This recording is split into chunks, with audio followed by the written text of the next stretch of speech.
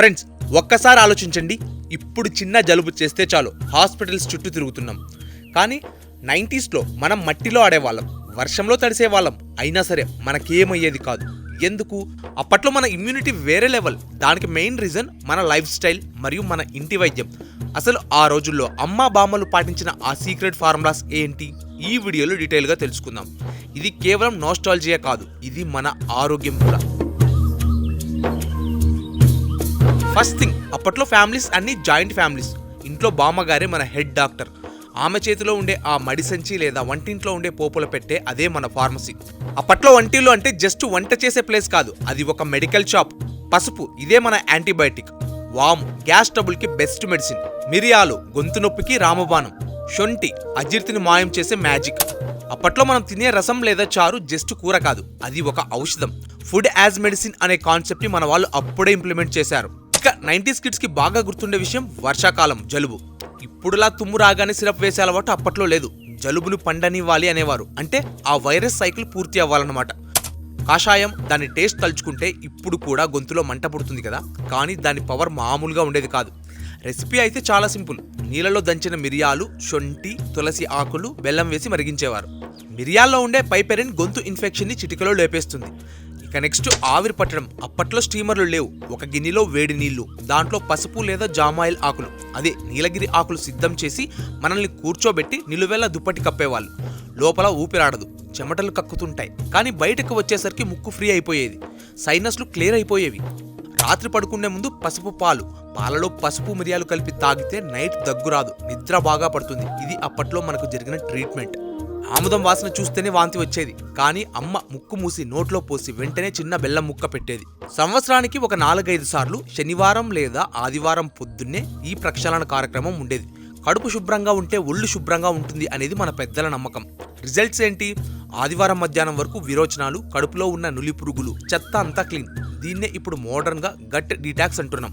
మధ్యాహ్నానికి కడుపు తేలికపడి ఆకలి ఒక రేంజ్ లో ఉండేది. ఇక చిన్న చిన్న కడుపు నొప్పులకి డాక్టర్ అవసరమే లేదు. వాము కొంచెం నమిలి నీళ్లు తాగితే గ్యాస్ మాయం. ఇంగువ చిన్న పిల్లలకి కడుపు ఉబ్బరంగా ఉంటే ఇంగువ కలిపిన నీళ్లు పొట్ట మీద రాసేవారు, గ్యాస్ ఇట్టే పోయేది. ఇక జ్వరం వస్తే ఇప్పుడు టక్కున పారాసిటమాల్ వేస్తున్నాం, కానీ అప్పట్లో లంకనం పరమౌషధం, అంటే ఫాస్టింగ్ అన్నమాట. జ్వరం వచ్చినప్పుడు బాడీకి రెస్ట్ ఇవ్వాలి, అన్నం పెట్టకూడదు అనేది రూల్. కేవలం బార్లీ నీళ్లు, గంజి మాత్రమే ఇచ్చేవారు. దీని వెనక ఉన్న సైన్స్ ఏంటంటే, జ్వరం వచ్చినప్పుడు బాడీ ఎనర్జీ అంతా వైరస్ తో ఫైట్ చేయడానికి వాడాలి, జీర్ణక్రియకి కాదు. అందుకే మన వాళ్ళు లైట్ ఫుడ్ సజెస్ట్ చేసేవారు. జ్వరం తగ్గాక మనకు దొరికే ఒకే ఒక లగ్జరీ మిల్క్ బ్రెడ్.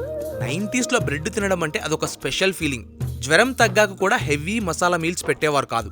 పథ్యం ఉండేది. మిరియాల చారు, మజ్జిగ అన్నం, కాల్చిన అప్పడం, పాత చింతకాయ పచ్చడి. ఇవి మన డైజెస్టివ్ సిస్టమ్ ని మళ్ళీ ట్రాక్లోకి తెచ్చేవి. ఇక 90స్లో చికెన్ పాక్స్ వస్తే దాన్ని జబ్బులా కాకుండా అమ్మవారు లేదా ఆట అని పిలిచేవారు.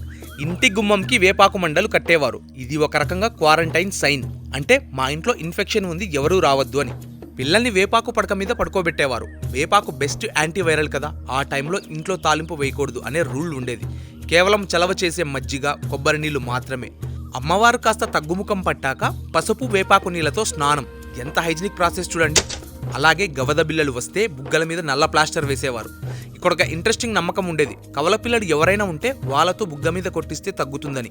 ఇది మూఢనమ్మకమే కావచ్చు, కానీ దీనివల్ల ఆ ఫ్యామిలీకి ఒక మోరల్ సపోర్ట్ దొరికేది. హెల్త్ అంటే కేవలం బాడీనే కాదు, మెంటల్ హెల్త్ కూడా. ఇక్కడే మన వాళ్ళ దిష్టి కాన్సెప్ట్ వస్తుంది. పిల్లలు ఏడ్చినా, అన్నం తినకపోయినా సాయంత్రం వేళ ఉప్పు, ఎండుమిరపకాయతో దిష్టి తీసేవారు.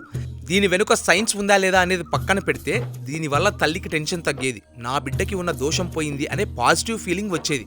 ఆ పాజిటివిటీ పిల్లాడికి హెల్ప్ అయ్యేది. ఇక మన ఫిట్నెస్ జిమ్ లో రాలేదు, గల్లీలో వచ్చింది. సాయంత్రం 4 అయితే చాలు గ్రౌండ్ లోనే ఉండేవాళ్ళం. కబడ్డీ అయితే లంగ్ పవర్ కి బెస్ట్ ఎక్సర్సైజ్. ఖోఖో అయితే రన్నింగ్ అండ్ ఎజిలిటీ. గోళీలు మరియు గిల్లిదండ ఫోకస్ కి బెస్ట్. మనం మట్టిలో ఆడేవాళ్ళం. మోడర్న్ సైన్స్ ప్రకారం దీన్ని హైజిన్ హైపోథసిస్ అంటారు. ఒక్కసారి వీడియో పాస్ చేసి చూడండి, మీకే క్లియర్గా అర్థమవుతుంది. మట్టిలో ఉండే బ్యాక్టీరియా వల్ల మన ఇమ్యూనిటీ సిస్టమ్కి న్యాచురల్గా ట్రైనింగ్ దొరికేది. అందుకే అప్పట్లో అలర్జీలు చాలా తక్కువ. ఆటలో పడి మోకాలు కొట్టుకుపోతే సింపుల్గా నీళ్లతో కడిగి కాఫీ పొడి లేదా పసుపు అద్దేవాళ్ళం. పెయిన్ కిల్లర్లు లేవు, పెయిన్ని భరించే శక్తి ఉండేది. సో ఫ్రెండ్స్, ఫైనల్గా ఒక్క మాట, టెక్నాలజీ పెరిగింది కానీ మనిషి ఎందుకు వీక్ అయ్యాడు? 90స్లో ఫుడ్ అంటే ఇడ్లీ, దోశ, రాగి సంగటి, గట్ హెల్త్ సూపర్గా ఉండేది. కానీ ఇప్పుడు బిర్యానీ, పిజ్జా, బర్గర్, మైదా, మొత్తం ఇన్ఫ్లమేషన్. అప్పట్లో జలుబు తగ్గడానికి వారం రోజులు వెయిట్ చేసే ఓపిక ఉండేది. ఇప్పుడు ఒక్క రోజులో తగ్గాలని యాంటీబయాటిక్స్ మింగుతున్నాం. మనం కోల్పోయింది కేవలం ఆరోగ్యం కాదు, ఆ జీవన విధానాన్ని కూడా. టెక్నాలజీని వాడుకుందాం, కానీ ఆనాటి ఫుడ్ హ్యాబిట్స్ని, చిన్న చిన్న ఇంటి చిట్కాలని మళ్ళీ మన పిల్లలకి నేర్పుదాం. మందులు తగ్గించి మన వంటింటిని మళ్ళీ వైద్యశాలగా మార్చుకుందాం. ఈ వీడియోలో మీకు ఏ విషయం బాగా నచ్చింది? మీకు గుర్తున్న 90s రెమెడీ ఏంటి? కింద కామెంట్ చేయండి. వీడియో నచ్చితే లైక్ చేసి మీ ఫ్యామిలీ అండ్ ఫ్రెండ్స్కి షేర్ చేయండి. మరిన్ని ఫీల్ గుడ్ వీడియోస్ కోసం ఈ ఛానల్ను సబ్స్క్రైబ్ చేయండి. జై హింద్.